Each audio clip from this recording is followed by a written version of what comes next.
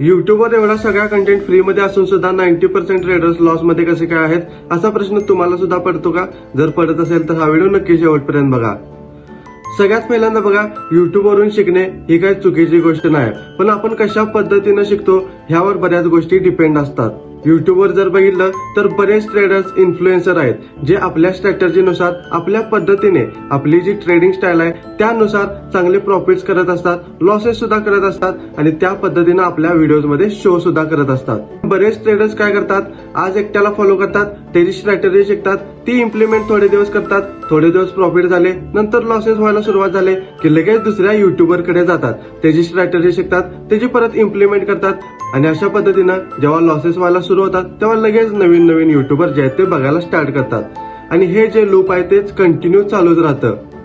ह्यामुळे बघा फक्त काय होतं, आपला वेळ आणि पैसा हाच वाया जातो.